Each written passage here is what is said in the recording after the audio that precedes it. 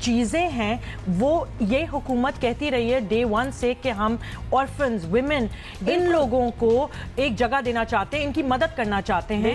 تو میری personal appeal ہے to prime minister Imran Khan کہ آپ وائلنس اگینسٹ ویمن شیلٹر جو ملتان میں ہے اس کو خود جا کر دیکھیں, اس کی سپورٹ کریں, بیکاز اس طرح کا شیلٹر جو ہے پاکستان میں ہر صوبے میں ہونا چاہیے and you your self should take the lead on it. اچھا شرمین یہ بتائے گا, یہ تو وائلنس اگینسٹ ویمن سینٹر کی بات ہو گئی, پنجاب حکومت کے وزیر اعلیٰ پنجاب کے ترجمان بارہا آ کے کہتے رہے ہیں کہ جو گلابی موٹر سائیکلیں بانٹ رہے ہیں یا گلابی رکشے بانٹ رہے ہیں, آلدو ہم نے کتنی ایسی سٹوریز دکھا دی ہیں اپنے جاننے والوں کو, اپنے دیکھنے والوں کو, جو ہمیں دیکھ رہے ہیں اس وقت بھی, کہ کس طرح ایک موٹر سائیکل کی وجہ سے لوگوں نے اپنی زندگیاں عورتوں نے بدل دی. آپ کو لگ رہا ہے اب تو لاہور میں بڑی نارمل سائٹ ہو گئی ہے عورت کا موٹر سائیکل چلانا, کسی اور پاکستان کے شہر میں نہیں ہے کیونکہ وہاں پہ یہ شروع ہوا تھا. آپ کو لگتا ہے یہ شوشہ ہے؟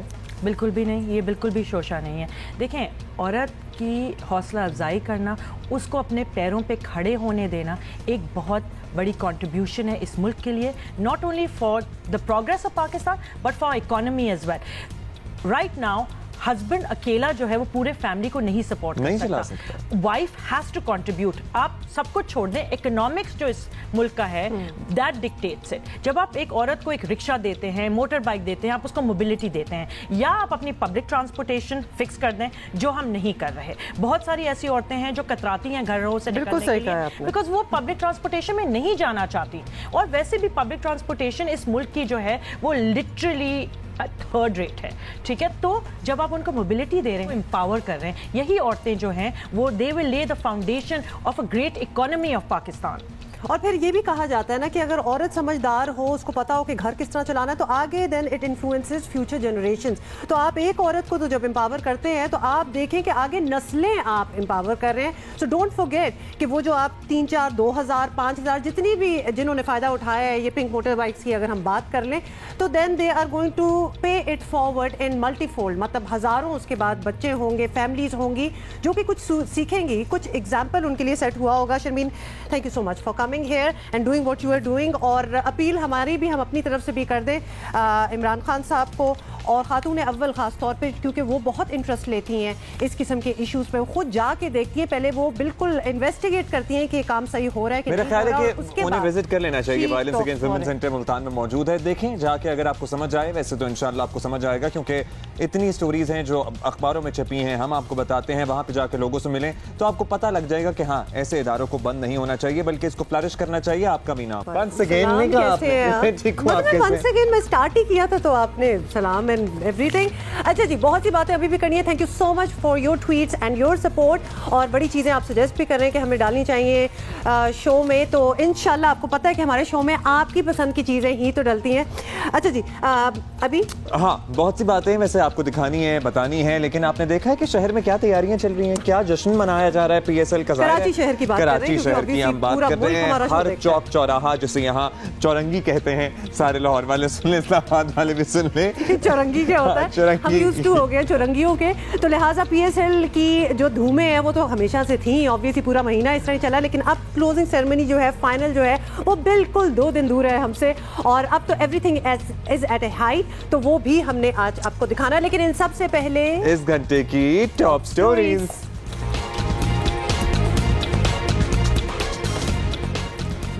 تنخواہوں اور مرات میں اضافے کی بات آئی تو کیا پی ٹی آئی, کیا نون لیگ, سب ایک صفحے پر آ گئے. وزیر اعظم عمران خان مداخلت نہ کرتے تو پنجاب اسمبلی کے لیے نیا پاکستان تو بن ہی گیا تھا. غیر ملکی سیاحوں اور کاروباری افراد کو ایئرپورٹ پہنچتے ہی ویزا ملے گا. معیشت اور سیاحت کو بڑا سہارا مل سکتا ہے. حکومت کا مثبت فیصلہ ہے, سراہا جانا چاہیے. لیٹ اس موو آن, اور آپ کو بتائیں دس از انٹرسٹنگ. یہ ذرا سن لیں کہ گھر مل گئے, تاحیات میڈیکل کی سہولت مل گئی, زبردست تنخواہ ہو گئی اور دیگر سہولتیں کہ تو کیا ہی کہنے ہیں, سیٹ ہو گئے جی. نئے پاکستان میں عوام کے لیے اعلان کی گئی سہولتیں پنجاب اسمبلی کے اراکین نے سمیٹ لی تھی, لیکن شکر ہے عمران خان نے بر وقت مداخلت کر کے کہے کی لاج رکھ لی. وزیر اعظم نے وزیر اعلیٰ پنجاب کو تنخواہوں اور مرات میں اضافے کا فیصلہ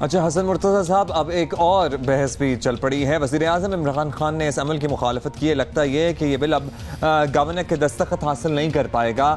آپ کیا سمجھتے ہیں، یہ عمل غلط ہے، صحیح ہے؟ کیا وزیر اعظم کو صوبے کے معاملات میں دخل دینا چاہیے تھا؟